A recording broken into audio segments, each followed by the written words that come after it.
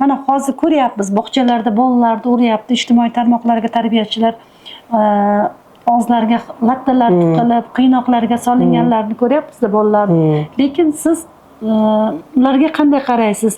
Qarang, rahbar yaxshi bo'lishi kerak. Misol, men mana shu bog'chada ishlagan bo'lsam, 41 yil ishlagan bo'lsam, uyim esimdan chiqib ketgan edim bunday aytganda.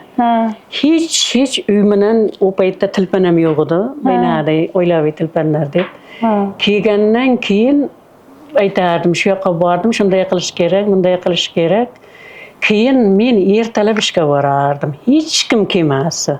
Qarang, birovga urmayman ham, urushmayman ham. Kelgan xodimni soatini belgilab qo'yib berardim. Lekin hech narsa qilmayman, oylig'ini olib qolmayman, oylig'ini qilmayman, tabilda kunini kamaytmayman. Faqat tartib shunday edi. Shunchalik yaxshi edi xodimlarim. Shunchalik hurmat qilardik birov-birimiz. Lekin bittasiga sen shunday qilding demaganman. Shulardan 2 soat oldin borardim.